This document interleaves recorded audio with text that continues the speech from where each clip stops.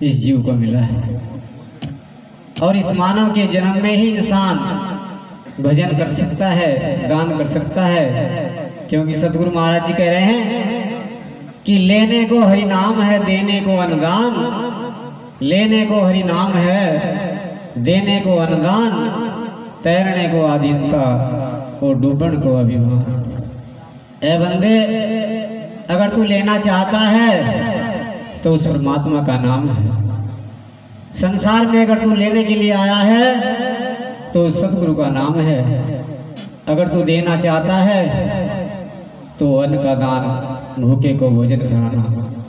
सतगुरु महाराज जी कह रहे हैं कि जपो सतगुरु का नाम निरंजन जी, कह रविदास सुनो भाई साधो, दुखियों के दुख भंजन जी। कि अगर कोई दुखी है पड़ोस में, अगर तेरे से कोई मदद हो सके तो इससे बड़ा दुनिया में कोई वजन नहीं है। ऐसा गुरु महाराज जी ने कहा। अगर कोई दुखी है और तेरे पास इतनी सामर्थ्य है तो उसकी मदद कर सके।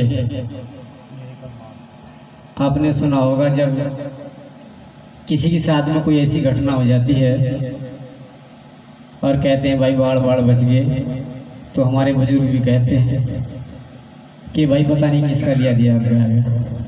ये तो कोई सत्संग की बात नहीं, ये तो आम बात है कि भाई आज मैं इतने बाढ़ बाढ़ बचे, आज मेरा एक्सीडेंट या कोई ऐसी घटना घट रही थी कि मालिक ने पता नहीं किसका लिया दिया गया।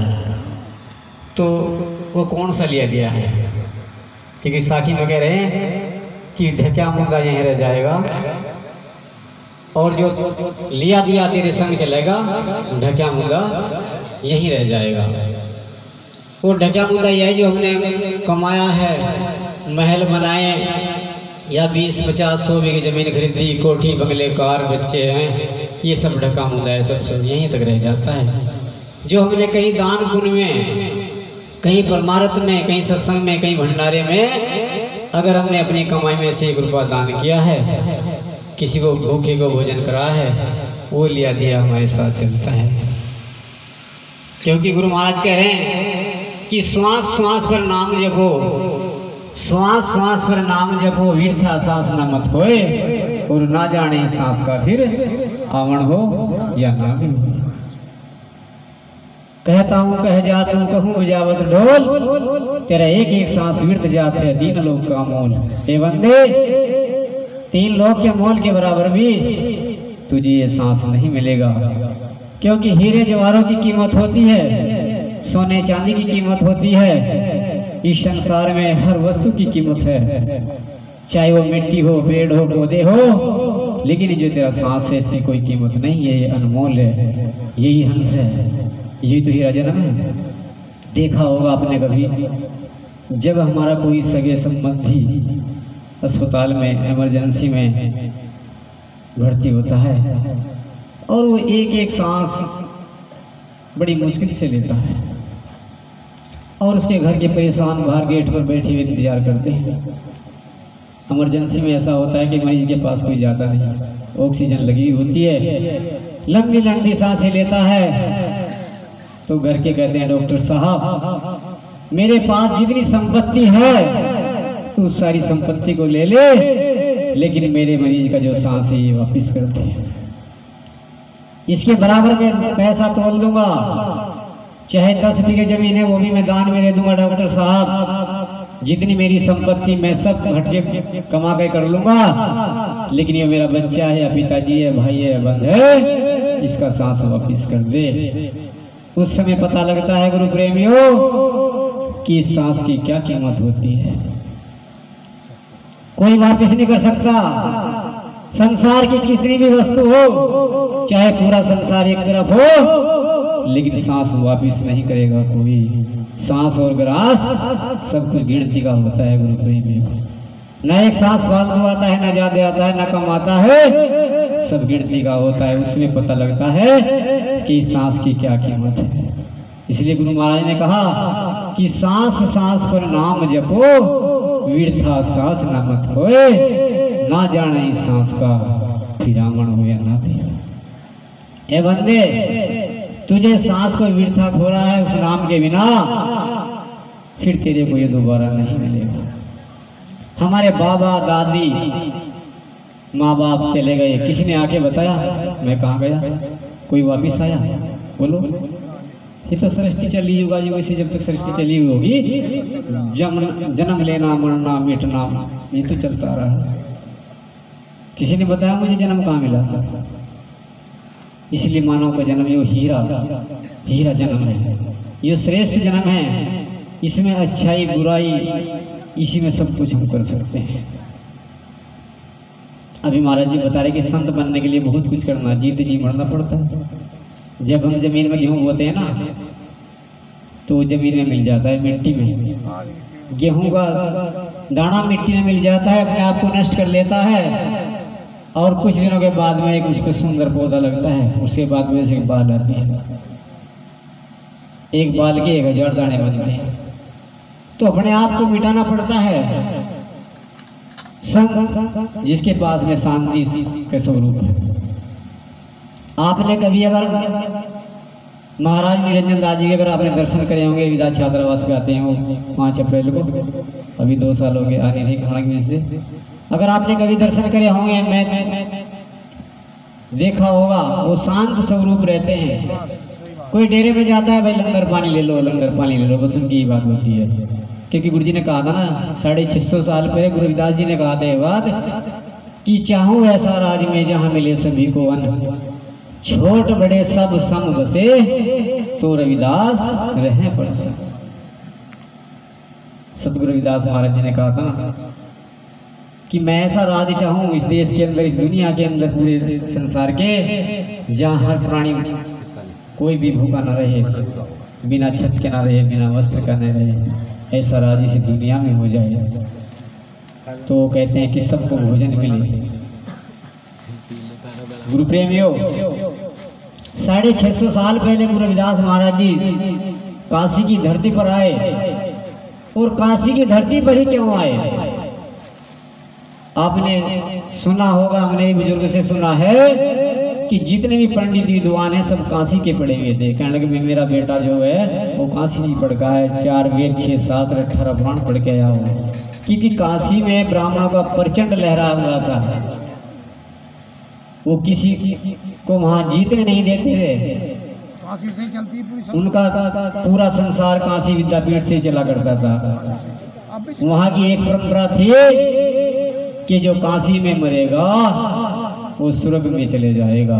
लेकिन कबीर साहब ने जब उनका समय आया, कबीर साहब ने इस भ्रम को तोड़ने के लिए काशी छोड़ करके मगहर में चले गए थे, वहां उन्होंने अपना शरीर पूरा किया। तो गुरु प्रेमियों, 650 साल पहले और ऐसे समय में गुरु रविदास महाराज ने जन्म लिया जब इस देश के अंदर बादशाही राज हुआ करता था। गुरु प्रेमियों, खैरालगढ़ के अंदर हरदेव सिंह राजा नागरमल का राज था और दिल्ली के अंदर सिकंदर लोधी का राज था। गुरु प्रेमियों, आज प्रजातंत्र राज है, आज अपनी बात कोई भी कह सकता है, लेकिन उस समय अपनी बात कोई नहीं कह सकता था। लेकिन ऐसे समय में भी गुरु रविदास महाराज जी ने अपने लोहा मनवाया और 152 राजा रानियों को चरणों में झुकाया। गुरु प्रेमियों, 152 राजा रानी ने उनकी बात को माना।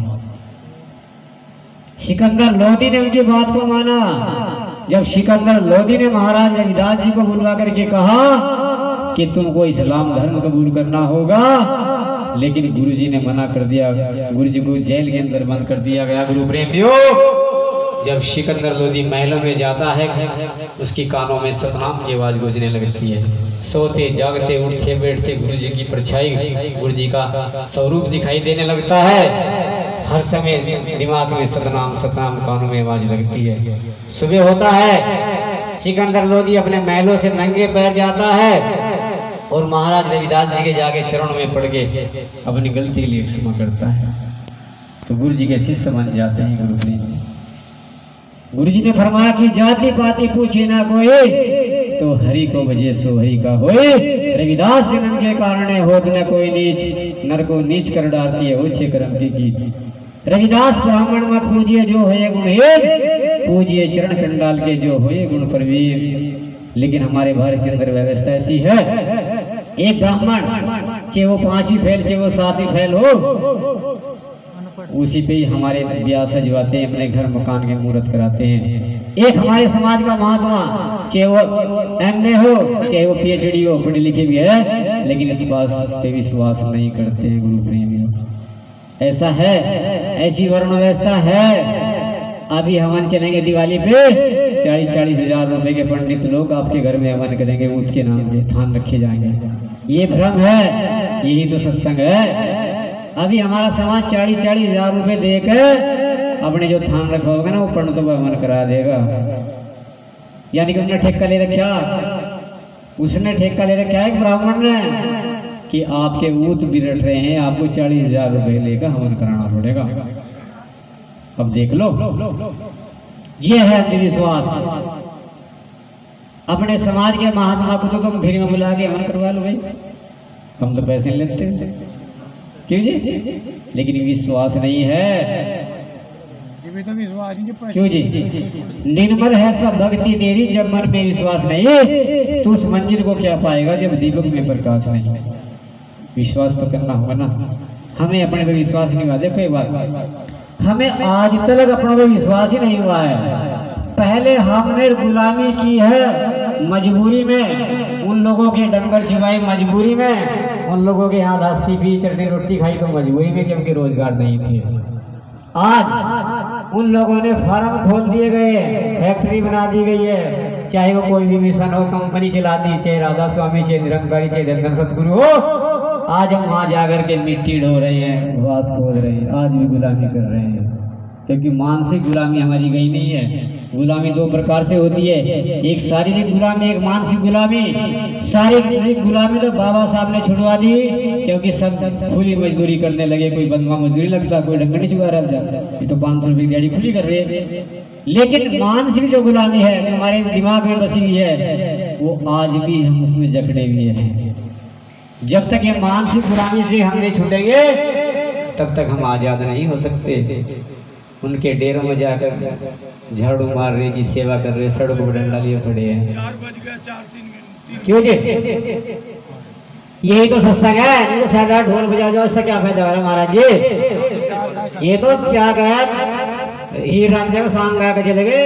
एक बार की बात बताऊं मैं, सदागर मंदिर जा रहे थे, जो बाबा साहब का प्रचार करते थे, उन्होंने नीची धोती कर रखी थी और स्वर्ण हिंदू के गली में को निकल के जा रहे थे। स्वर्ण हिंदू कहने लगे, भाई सदागर साहब, हाँ जी भाई, बहुत नीची धोती कर रखी, क्या बात? उन्होंने कहा, भाई साहब हमारी नीची जात है इसलिए हमने नीची धोती कर रखी है, आप ऊंची जात, आप ऊंची धोती करो। एक जगह सदागर जी बाबा साहब अम्बेडकर जी का प्रचार कर रहे थे, और वहाँ पर एक चमार किसी के दूसरी जाति के हाड़ी लग रहा था, तो वहाँ से घास छोड़ करके उसका वो सुनने लगा प्रवचन। तो उनका जो काशकार आया वो कहने लगा, अरे भाई इसकी तू क्या बात सुन रहा है, ये तुझे क्या दे लगा? उसने कहा, सदागर मल ने समाज को सुधारने के लिए बड़े बड़े अच्छे अच्छे धुरंधर आ गए, समाज में ऐसी बात नहीं है, अब हम ही सुधार रहे हैं, हम तो कुछ भी नहीं। जिन्होंने गाड़ियाँ खाई, पत्थर खाए, लाठी खाई, डंडे खाए, सदागर मल बाबा साहब जी का समाज को सुधारने का प्रचार कर रहे थे, तो वो हाड़ी वहाँ से आकर के चमार का उसके प्रवचन सुनने लगा। तो वो जो काशकार है उसने आगा, अरे भाई यहाँ क्या कर रहा है, तुझे क्या दे लगा? तो मेरे डंगर चुआ होगा, मैं तुझे खाना दूंगा, मैं तुझे पैसे दे दूंगा, तेरे बच्चों को गुजारा चलता है, ये तुझे क्या दे लगा? सदागर मल ने क्या जवाब दिया उसे? कहने लगे, भाई जो चीज मैं दे दूंगा वो तू नहीं देने का सर। अब क्या दे लगा? अब मैं से अपनी धी दे दूंगा, तू बता क्या दे लगा? तो ऐसे ऐसे समाज के अंदर आए महाराज जी, इस समाज को सुधारने के लिए। तो गुरु प्रेमी ज्यादा समय ना लेते हो, आरती का समय होगा, मैं तो यही कहूँगा अपने घरों में गुरु महाराज की फोटो लगा करके थोड़ी बहुत ही देखो। बालिक को आधा के राम राम रटना, राम राम भूल गया, मरा कहने लगा, और भगवान बालिक में बढ़ गया दुनिया में। अगर हम ओम सोम सतनाम सतगुरु रविदास इतना ही कहेंगे, इतने से बेटा पार हो जाएगा, ज़्यादा कहने की जरूरत नहीं है। लेकिन विश्वास करना, अपने घर में ज्योत लगाओ, और गुरु महाराज के नाम का 100 रुपये है तो उसमें तो 5 रुपये गले में रख लो। जैसे जयंती आओ, जयंती में दान कर दो अपने मंदिर में, भंडारे में। क्योंकि देखो, अगर हमने बैंक में खाता खुलवा रखा है जब भी हम पैसे निकालने के लिए जा सकें। जब आज तक हमने बैंक में खाता नहीं खुलवा तो पैसे कहाँ से कटवा लेंगे? क्यों महाराज जी? जिन लोगों ने बैंक में खाता खुलवा रखा है वही तो पैसे जाएंगे निकलवान। जब हमने बैंक में खाता नहीं खुलवा तो कहाँ से पैसे निकाल लेंगे? तो हमें गुरु महाराज के यहाँ खाता खुलवाना होगा। अपनी कमाई में से ज्यादा नहीं, 100 रुपये मतलब 5 रुपये तो गले में दान करने होंगे। जैसे गुरु जी की जयंती आती है उस अपना माँ से दान करो, ये काम शुरू करो। अगर घाटा आएगा तो ना करिए भाई, करके देख लो। जयंती लगे 3-4 महीने रह रहे भाई, 3-4 महीने जयंती के रह रहे, ये काम करके देख लो। अपनी कमाई में से 100 हमारे 10 रुपये दान करके देख लो। अगर कमी आ गई तो करना बंद कर दियो। बस सतनाम जय गुरुदेव, धन गुरुदेव। बोलो संत शिरोमणि गुरुदास महाराज की।